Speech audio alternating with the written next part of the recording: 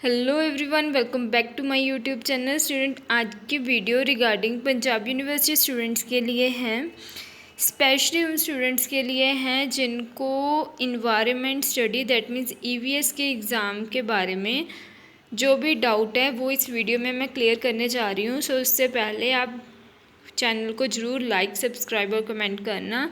सो कोई भी डाउट आप कमेंट करके पूछ सकते हो, होपफुली मैं उसका आंसर देने की पूरी ट्राई करूँगी। क्लियर। सो देखो, फर्स्ट ऑफ ऑल तो जो स्टूडेंट्स के डाउट हैं वो क्लियर कर देती हूँ। जैसे रिगार्डिंग कि आपके जो कई स्टूडेंट्स बोल रहे हैं कि मैम जो इन्वायरमेंट स्टडी का एग्ज़ाम है वो देना कंपलसरी है या नहीं। क्लियर। तो पंजाब यूनिवर्सिटी स्टूडेंट्स के लिए यूनिवर्सिटी ने यही कंपलसरी करा हुआ है कि जो इन्वायरमेंट स्टडी का पेपर है आपका, वो आप जैसे अंडर ग्रेजुएट स्टूडेंट्स के लिए हैं, आप एक बार कोशिश करो कि आपका कंपलसरी है ही है।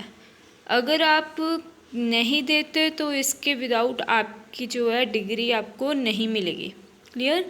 सो होप यही है कि आप एक बार ज़रूर इसका एग्ज़ाम अप्लाई करो, क्योंकि आपको इससे बाद आपको कोई डिग्री नहीं दी जाएगी। क्लियर।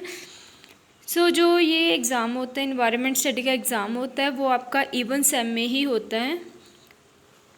सो कई स्टूडेंट्स क्या करते हैं कि सेकंड सेम में अप्लाई नहीं करते और फिर कई क्वेश्चन करते हैं कि मैम हमने सेकंड सेम में एग्ज़ाम अप्लाई नहीं किया तो हम फोर्थ सेम में अप्लाई कर सकते हैं। हाँ, कर सकते हैं, ऐसी कोई दिक्कत वाली बात नहीं है, कर सकते हो।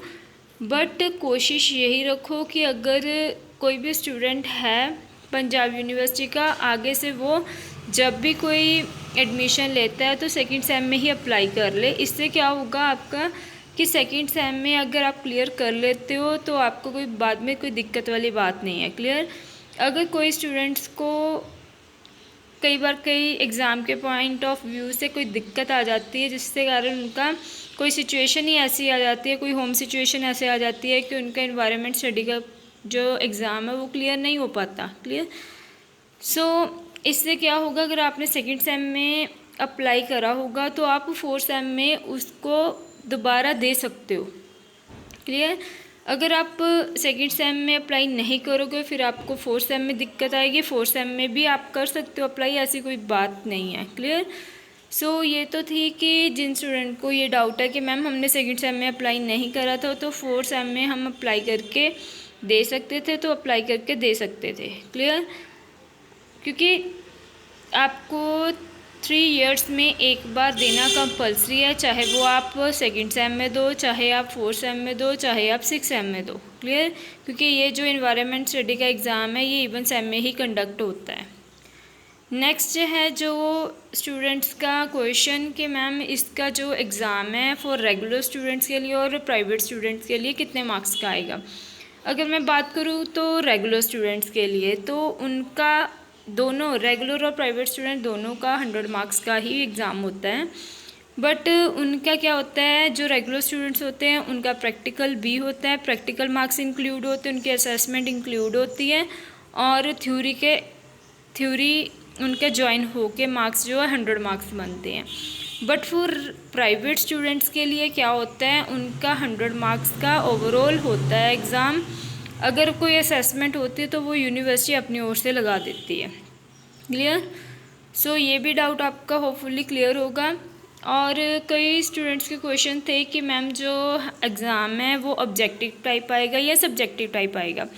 देखो, जो लास्ट ईयर आया था क्योंकि वो ऑनलाइन एग्ज़ाम थे, वो ऑब्जेक्टिव टाइप ही क्वेश्चंस आए थे। क्लियर। सो होप तो यही है कि आपका इस बार भी जो एग्ज़ाम है वो ऑब्जेक्टिव टाइप आए। फिर भी आप एक बार, क्योंकि अभी तक यूनिवर्सिटी की ओर से कोई नोटिफिकेशन कॉलेज टीचर्स को नहीं मिली इसके रिगार्डिंग। अगर कोई नोटिफिकेशन आती है तो आपसे ज़रूर डिस्कस की जाएगी। क्लियर। सो अभी तक कोई नोटिफिकेशन नहीं आई इसके रिगार्डिंग। सो आपकी अपनी प्रिपरेशन होनी चाहिए, इसमें कोई दिक्कत वाली बात नहीं है, कोई इतना टफ एग्ज़ाम नहीं आता इन्वायरमेंट का। सो आपकी जनरल नॉलेज इसमें काम आती है। क्लियर। और लास्ट क्वेश्चन था स्टूडेंट्स का कि इसका एग्ज़ाम कब होगा। अगर तो मैं बात करूँ सेकंड सेम स्टूडेंट्स के लिए, जिन्होंने सेकंड सेम में अभी हैं स्टूडेंट्स, या फिर अभी तक तो सेकंड सेम के लिए नोटिफिकेशन आया था टीचर्स को, कॉलेजेस टीचर्स को, कि उनका जो एग्ज़ाम है वो 2 जुलाई को है।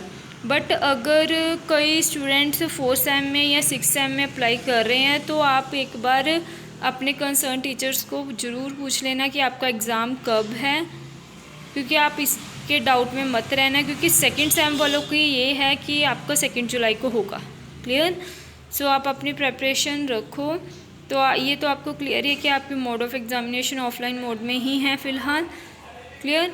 सो आप अपनी प्रिपरेशन करते रहो। यही आपके क्वेश्चंस थे जो मैं आपको क्लियर करना चाहती थी। सो होपफुली उन सभी के आंसर्स आपको मिल गए हैं। क्लियर? सो जो भी कोई डाउट है तो आप कमेंट करके पूछ सकते हो। So best of luck for your exams. आप अपनी प्रिपरेशन अच्छे से करते रहो। Thanks for watching. Please like, subscribe and comment.